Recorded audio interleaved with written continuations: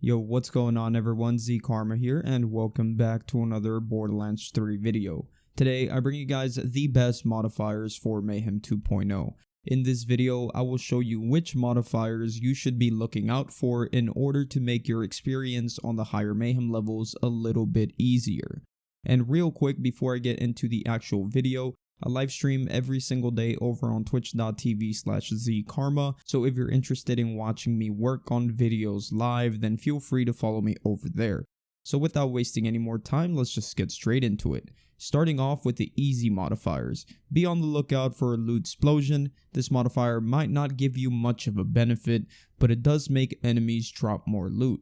This means more chances at legendaries or high tier purples like the one-shot or shield or the lump. I will be testing this modifier on bosses as well to see how much more loot I actually get. You can also use the Slayer modifier. This will make enemies with 15% health or lower to start glowing blue. This means that you can melee them for an insta-kill, and in order for this to actually work, your melee does millions of damage. The exact amount I don't know, but it is definitely meant to kill even the strongest enemies with just one hit.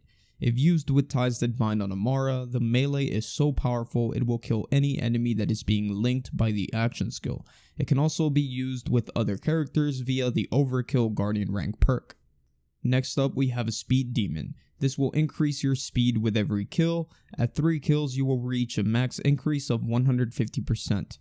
This is a good way to get around the map a lot quicker and is definitely a perk that we can use in case you want to drop the snowdrift or you're not running one. And this can work very well with Driver Amara or Zane's Violent Momentum. It's just an easy way to gain extra damage. So that's going to be it for the easy modifiers, although you can also run Big Kick Energy if you don't mind the extra recoil and spread of bullets. An extra 25% damage is always good. Moving on to the medium modifiers, first I would recommend Freeze Tag. This modifier will create a cryo orb when killing an enemy. It will create constant novas dealing damage to you, but I only recommend it if you're using Zane with the anti-freeze class mod. Otherwise, I would never use this in mobbing situations. But when you're fighting bosses, this is always the best option or one of the best options with any character. You can kill a boss, then deal with the orb at the end. Definitely a nice neutral modifier when fighting bosses. Another medium modifier that I would recommend is the Heavenly Avenger. This one creates a floating heart when you kill an enemy. This heart will go to another enemy and fully heal them. It does travel extremely slow and it is very easy to destroy. In fact, you can just ignore the hearts and go about killing the rest of the enemies. I would also recommend Mob Mentality. This modifier makes enemies near other enemies have a 30% more fire rate and damage. You can tell which ones are in Mob Mentality whenever they're glowing red.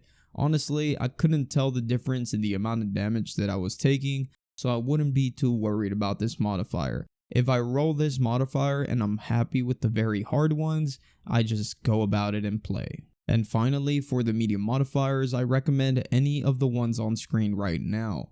Each will make random enemies immune to a different element, and I recommend you use this in case you're not using a specific element.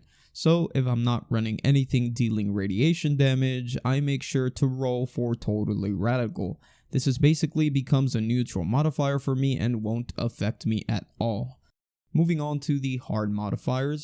Here I first recommend taking Chain Gang. This will create elemental change between enemies. The element is always random and you will take damage from these chains. So as long as you watch your step, these shouldn't be much of a problem. I also recommend taking Laser Flare. When enemies take damage, they will place these stationary lasers that spin slowly and actually deals a decent amount of damage to you. So just be careful with them and keep your distance.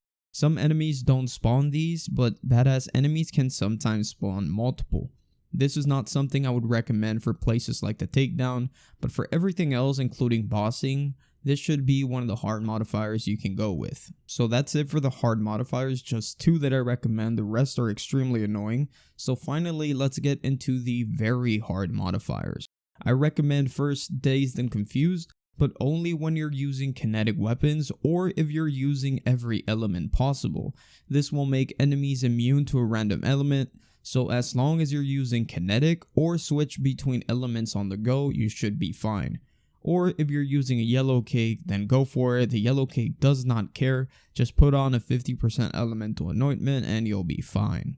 And the next very hard modifier of my liking is the holy crit modifier.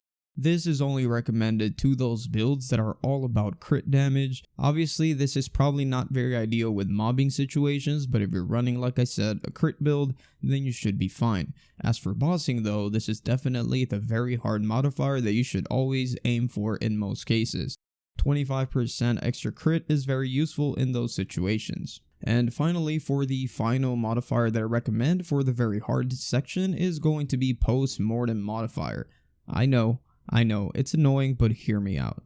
If you keep on moving forward, you should never have a problem. You don't even have to worry about the skulls because they are so slow. Sometimes you can even stand still for a few seconds. The more you play with it, you'll be used to knowing more or less how far behind they are. Believe me, just try it for a few days, and once you're used to avoiding them, I promise you that it'll feel like they're not even there anymore. You can also use a Sandhawk or a no pew pew and you'll destroy them in seconds. So anyways guys, that's going to be it for the modifiers that I recommend. So whenever you're playing the super hard difficulties, whenever you roll for modifiers, any combination of these, as long as you play around them, you should be fine. So anyways guys, that's going to do it for today's video. If you guys found this helpful or enjoyable in any way, a like rating is always appreciated. And if you want to subscribe for more Borderlands 3 content like this, that would be awesome as well. Hope you all have an awesome rest of your day, and I'll see you guys on the next one. Peace out.